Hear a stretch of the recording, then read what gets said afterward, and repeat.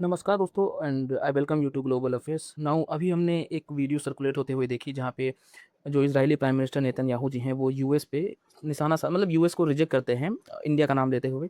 जब JD Vance एक interview के दौरान कहते हैं कि हमारा जो इजराइल है उसका स्ट्रॉन्ग ओनली स्ट्रॉन्ग लाई को अटैक ऐसे हमला नहीं करना चाहिए, तो नेतन्याहू जी भी कहते हैं कि हमारा ओनली यूएस ही नहीं अदर कंट्रीज से भी हैं जो हमें सपोर्ट आते हैं। Small country like India, you know, it has a 4.4 billion people. आप पहले ये वीडियो देखिए तो आपको आगे समझाते हैं। If I was in the cabinet of the Israeli government, I might not be attacking the only powerful ally that I have anywhere left in the entire world. What was your reaction when you heard that? First of all, I respect J.D. Vance. We have a very good relationship, but it doesn't mean that I agree with everything that he says. And I have to point out this. Donald Trump is great, the greatest friend we ever had at the White House, and I stand by that completely. Secondly, we have some other friends, like a small country called India. You know, it has 1.4 billion people, and boy, do we have. सो जो आपने video देखा जो Netanyahu जी कह रहे हैं, इसके कहने का भी एक कारण है क्योंकि जो इंडिया इजराइल रिलेशनशिप है आज के रिलेशनशिप नहीं, बहुत पुराने रिलेशंस हैं।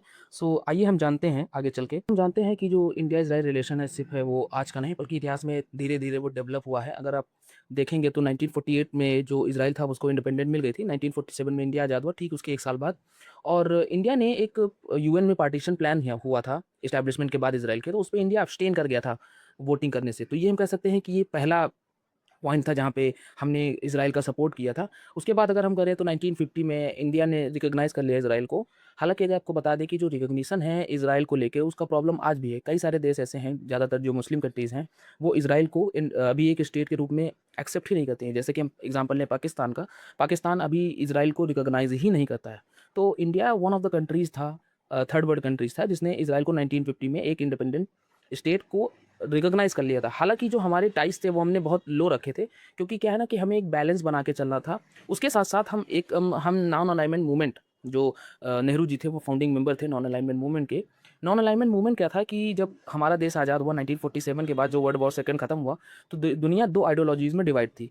एक थी यूएस लेड जिसमें कैपिटलिस्ट आइडियोलॉजी आती है, और यूएसएसआर लेड थी जिसमें सोशलिस्ट आइडियोलॉजी आती है। तो हम इन दोनों की तरफ नहीं जाना चाहते थे, इसलिए थर्ड वर्ल्ड कुछ इंडिपेंडेंट कंट्री जैसे इंडिया, इजिप्ट हो गए और अदर जो उस वक़्त को इंडिपेंडेंट हुई थी, उन सब ने मिलके एक नॉन अलाइनमेंट मूवमेंट किया कि हम भाई किधर नहीं जाएँगे, हम दोनों तरफ रहेंगे। सो हमारा जो अलाइनमेंट था वो नहीं कर हो पाया इज़राइल के साथ क्योंकि क्या है ना कि इज़राइल को एक प्रॉक्सी यूएस प्रॉक्सी देखा जा रहा था, क्योंकि यूएस का और जो ब्रिटेन था, ये जो P5 कंट्रीज़ थी, P5 नहीं सॉरी, ये जो ब्रिटेन था जो वर्ल्ड वॉर में थी, इन लोगों का बहुत बड़ा योगदान था इज़राइल को एस्टैब्लिश करने में। तो हम लोग कोल्ड वॉर में थे और हम लोग नॉन अलाइनमेंट भी ले रहे थे। तीसरा कारण क्या था कि जो मुस्लिम पॉपुलेशन इंडिया में बहुत ज़्यादा थी, तो उनकी सिंपैथी के लिए, क्योंकि फ़लस्तीन का इश्यू तो चल ही रहा था। तो 3 ये कारण थे जिनके तहत हम एक फुल एस्टैब्लिश्ड रिलेशन नहीं बना पा रहे थे। और चौथा कारण ये भी था कि जो इंडिया था थोड़ा सोशलिस्ट आइडियोलॉजी था, जैसे हम सब जानते हैं कि सोशलिज़्म पे नेहरू जी विश्वास करते थे। तो थोड़ी सोशलिस्ट आइडियोलॉजी की वजह से हम थोड़ा यूएसएसआर की तरफ इंक्लाइन थे। इसलिए हमने थोड़ा दूरी बना के रखी है फुल एस्टैब्लिश्ड रिलेशन बनाने से पहले। हालाँकि 1991 में जब एलपीजी का रिफॉर्म होता है, तो सोवियत क्लब कोलैप्स कर जाता है, हम सब जानते हैं सोवियत इंटीग्रेट हो जाता है 1992 में, और यूएस को एक मतलब कह सकते हैं कि यूएस कोल्ड वॉर को विन कर लेता है। सो उसके बाद हम लोग फुल्ली इंडिपेंडेंट हो गए थे कि हम जो चाहे वो प्रैग्मेटिक फॉरेन पॉलिसी को अपना सकते हैं, क्योंकि अब क्या है, वो नॉन अलाइनमेंट का इतना बात ही नहीं रहा क्योंकि यूएसएसआर इंटीग्रेट हो गया है। सो 1992 में पीवी नरसिम्हा राव जी के समय पे एक टर्निंग पॉइंट आता है कि हम लोग कोल्ड वॉर खत्म ही हो चुका था, आइडियोलॉजिकल बैरियर्स को हटा दिया गया था, तो इंडिया ने भी एक लुक वेस्ट की पॉलिसी अपनाई विद अप्रोच ऑफ प्रैग्मेटिज्म। ठीक है, उसके बाद एक माद्रिद पीस कॉन्फ्रेंस होती है। इस कॉन्फ्रेंस में ये जो अरब और मिडिल ईस्ट, अरब और इसराइल के बीच ये कॉन्फ्रेंस होती है। तब हम कहते हैं कि जब अरब खुद इसराइल से बात कर रहे हैं तो इंडिया भी कर सकता है, हम ही क्यों दूर रहें। उसके साथ-साथ अगर हम देखें तो एडवांस मिलिट्री टेक्नोलॉजी की डेवलपमेंट आ गई। हम डिफेंस आगे आगे चल के देखेंगे कि कैसे हम लोग का जो डिफेंस पार्टनरशिप है वो बढ़ता चला गया धीरे-धीरे। उसके साथ-साथ अगर हम आगे चले देखें तो जो इस रिलेशनशिप में थे उसमें कुछ कई सारे की हाई पॉइंट्स हैं जो अप एंड डाउन भी हैं। जैसे हम 1992 में बात करें तो हमारे फुल डिप्लोमेटिक रिलेशन आए थे, जो एक हिस्टोरिक ब्रेक थ्रू माना जाता है।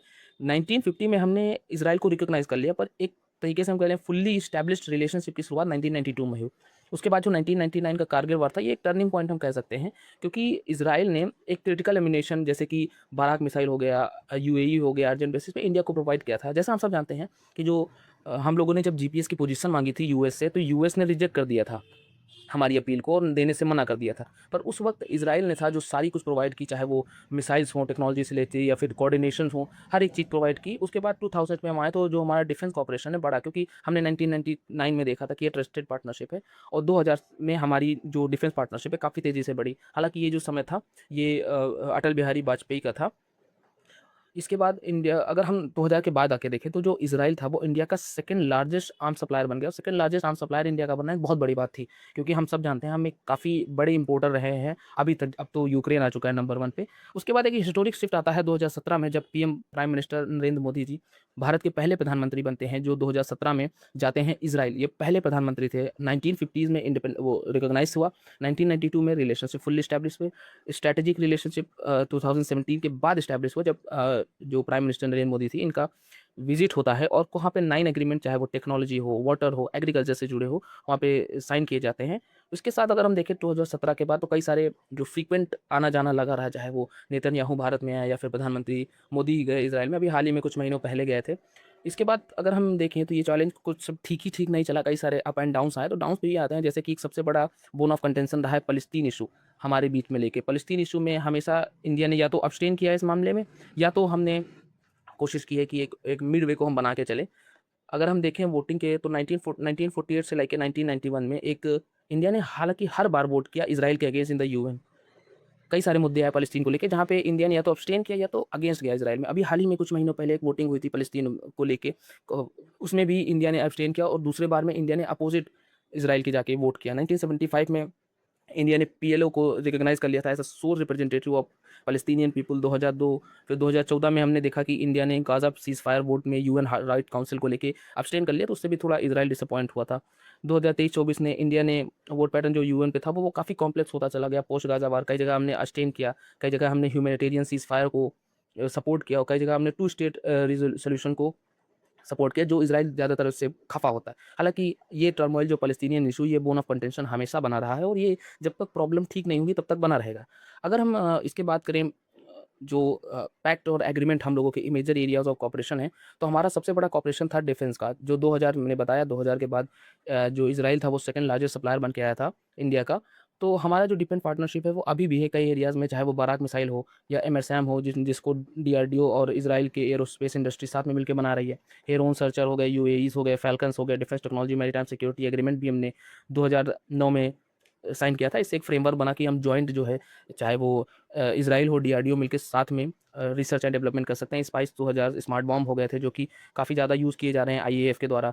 लॉन्ग रेंज अटैक मिसाइल्स हो गए थे, जो कि इंडियन नेवी ने ऑर्डर किए। और फिर उसके बाद हम देखें पोस्ट 2017 में तो जॉइंट प्रोडक्शन काफ़ी तेज़ी से बढ़ा, जो कि मेक इन इंडिया हमारा एम्बिशन है। उसके तहत कई सारे सिस्टम जैसे एलबिट सिस्टम, राफेल पार्टनरशिप, ये सारी चीज़ें आगे देखने को मिली। अगर हम एग्रीकल्चर और वाटर को लेके देखें तो इंडिया इज़राइल एग्रीकल्चर प्रोजेक्ट आया, जो 1993 में के बाद काफ़ी तेज़ी से है। 29 सेंटर्स ऑफ एक्सेलेंस इस्टेब्लिश किए गए इंडिया में इज़राइल टेक्निकल कॉर्पोरेशन के लिए। ड्रिप इरिगेशन टेक्नोलॉजी, जो हम लोग कहते हैं ना कि ड्रिप इरिगेशन के तहत हम पानी बचा सकते हैं, तो वो टेक्नोलॉजी ट्रांसफ़र इज़राइल से ही हुई। इज़राइल का जो ड्रिप इरिगेशन सिस्टम है काफ़ी पायनियर कर रखा है, तो वहाँ से हमने काफ़ी कुछ सीखा।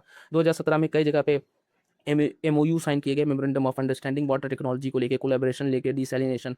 अभी हम लोगों ने जब देखा, जब जो ये मालदीव ने मजाक उड़ाया था इंडिया का, तब वहाँ पर भी जो इजराइल लोग के सामने आया कि हम लोग पानी साफ़ कर देंगे। सो ये वही था 2017 के बाद जो एमओयू साइन हुआ, डिसैलिनेशन वाटर, जो क्योंकि जो डिसैलिनेशन टेक्नोलॉजी काफ़ी एडवांस है। मास ऑफ इजराइल डेवलपमेंट एड भी चलता रहा। साइंस एंड टेक कॉपरेशन तो हमारा चल ही रहा है, जैसे कि India Israel industrial R&D technology fund हो गया, जिसमें 40 मिलियन फंड है ताकि हम ज्वाइंट रिसर्च एंड डेवलपमेंट कर सकें। साइबर सिक्योरिटी कॉपरेशन है, स्पेस कॉपरेशन है, इसरो और इसराइल स्पेस एजेंसी के बीच में AI डिजिटल इनोवेशन पार्टनरशिप चल रही है। ट्रेड और इकोनॉमिक्स से देखें तो हमारा ट्रेड काफ़ी तेज़ी से ग्रो किया है कुछ सालों में। $200 मिलियन 1990 जब हमने फुल डिप्लोमेटिक रिलेशन एस्टैब्लिश किए थे, उससे लेकर आज $7.5 बिलियन तक पहुंच चुका है इन 3 डिकेड्स में। India Israel free trade agreement की जो नेगोशिएशन है 2010 से चली रही है, सेवरल राउंड कंप्लीट हुआ, जल्दी ये साइन भी हो जाएगा। डायमंड मेजर ट्रेड आइटम है, इंडिया IT कंपनीज़ हैं, TCS, इन्फोसिस, विप्रो, काफ़ी इजरायली टेक सिस्टम को या फिर वहाँ पे सर्विसेज प्रोवाइड कर रही हैं। इजराइल ने भी इन्वेस्ट किया है इंडिया के स्टार्टअप में कई जगह पर।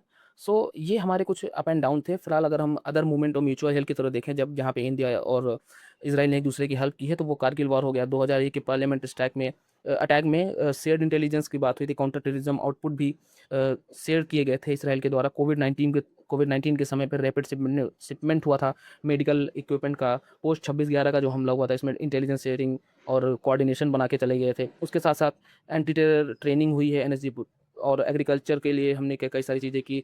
अगर हम डिप्लोमेटिक करें तो इंडिया ने बैलेंस पोजीशन को बना के रखा, जिसमें हम अरब के साथ और इज़राइल दोनों के साथ मिल-जुल के आगे बढ़ना चाहते हैं। मार्केट अगर हम बात करें तो Israel biggest defence export customer है।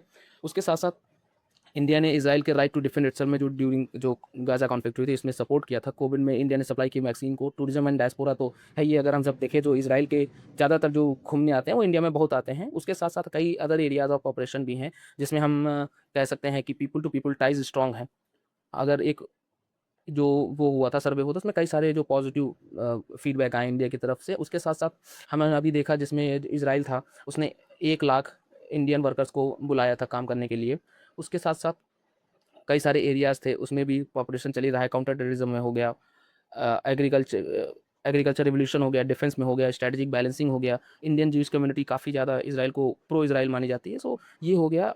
सबसे बड़ी बात जानते हो क्या है कि जब ये देश बना था इज़राइल में, तो वो हम लोग पहले थे जो कुछ कंट्रीज़ में जिसने इसको रिकॉग्नाइज़ किया। उसके साथ-साथ इज़राइल ने भी थैंक किया था इंडिया को लेके, क्योंकि एक जो हिस्ट्री है जो इज़राइल की ज्यूज़ पीपल की, जहाँ पे वो कई जगह गए, वहाँ पे इन्होंने जेनोसाइड देखा, चाहे वो हिटलर द्वारा किया गया जेनोसाइड हो। पर इंडिया एक ऐसा कंट्री था जहाँ ज्यूज़ का स्वागत हुआ था। इस चीज़ को लेके ज्यूज़ कम्युनिटी ऑलवेज़ एडमायर करती है इंडिया को और थैंक करती है। तो वहाँ पे एक रेज़ोल्यूशन पास हुआ था इनका, जब ये इज़राइल इंडिपेंडेंट स्टेट बना, उसके बाद एक रेज़ोल्यूशन पास हुआ था थैंकिंग इंडिया करके, कि इन्होंने इंडिया को थैंक किया था। हालाँकि हम ये नहीं कह सकते कि हमेशा सब कुछ ठीक ही चलता रहा। जैसे कि फ़लस्तीन डायलेमा अभी भी बना हुआ है, अरब इस्लामिक वर्ल्ड रिलेशन, मतलब हम दोनों बैलेंस करके चलते हैं। हमारा स्ट्रॉन्ग रिलेशन यूएई, सऊदी के साथ भी है और इज़राइल के साथ भी है, तो ये भी एक थोड़ा बैलेंस बनाने में कहीं-कहीं पे जो हमारे टसल हो जाता है। एक एफटीओ नेगोशिएशन अभी भी हम इतने सालों से एफटीए ले रहे हैं, पर अभी एफटीए साइन नहीं हुआ। हमने और अदर कंट्री जो ज़्यादा इतना खास रिलेशन हम एन्जॉय नहीं करते, उनके साथ हमारा हो चुका है। और डिफेंस को जो डिपेंडेंसी रेट, हालाँकि जो अभी इज़राइल आए दिन फँसता रहता है किसी न किसी वॉर में, इसकी वजह से भी काफ़ी प्रॉब्लम्स होती हैं। अगर हम देखें, चाहे वो लेबनान में जाके स्ट्राइक कर देना, इज़राइल-ईरान हो, इज़राइल-फ़लस्तीन वॉर हो, गाज़ा वॉर कॉम्प्लिकेशंस आई, डोमेस्टिक पॉलिटिकल सेंसिटिविटी आई, जैसे कि इंडिया के लार्ज मुस्लिम पॉपुलेशन है, तो हमारे साथ सामने प्रॉब्लम आ जाती है कि हम किसका साथ दें। लिमिटेड इंस्टीट्यूशनल फ्रेमवर्क है, जितना हम रशिया से टाइज़ करते हैं, उतना हमारा इज़राइल के साथ टाइज़ नहीं है। सो ये था कि हमको पीपल टू पीपल टाइज़ हमारा है, गवर्नमेंट टू गवर्नमेंट टाइज़ भी हमारा है, पर हमें जो एक बैलेंस अप्रोच लेके चलना पड़ता है, इससे हमारा एक कहीं न कहीं बहुत प्रॉब्लम खड़ी होती है। अगर हम फुल्ली इज़राइल की तरफ हो जाएँ, तो उससे प्रॉब्लम ये आएगी कि जो अदर कंट्रीज़ हैं, चाहे वो अरब कंट्रीज़, अगर हम देखें तो इज़राइल और रशिया का भी इतना नहीं बनता है, तो हम फुल्ली इज़राइल की तरफ आ जाते हैं, तो कहीं न कहीं हम इनको रूठा सकते हैं या फिर हम इनके टारगेट में आ सकते हैं। जैसा हम सब जानते हैं, ट्विटर वगैरह हो या इंस्टाग्राम हो, यहाँ पे इंडिया के प्रति हेट कितना फैला हुआ है। सो ये प्रॉब्लम तो बनी ही रहेगी। आगे देखते हैं, ऐसे defence of areas of corporation बढ़ते रहेंगे और आई2 यूट्यूब जैसे प्लेटफ़ॉर्म में जहाँ हम सब साथ खड़े होते हैं, ये चलता रहेगा और इंडिया और इज़राइल की डिफेंस पार्टनरशिप ये धीरे-धीरे बढ़ती ही रहेगी, क्योंकि इज़राइल को भी एक स्ट्रॉन्ग पार्टनरशिप चाहिए इंडिया के साथ, क्योंकि कुछ ही कंट्रीज़ हैं जो इज़राइल को रिकॉग्नाइज़ भी करती हैं। सो अब आप समझ में गए होंगे कि जो इज़राइल के प्राइम मिनिस्टर हैं, उन्होंने ये जो बात कही कि US is not only our ally, India जैसे छोटे कंट्री जिसमें 1.4 बिलियन पॉपुलेशन है, एडमायर करती है इज़राइल को, ये लोग भी हमारे साथ हैं। आई होप आपको समझ में आया होगा and thank you so much for the watching.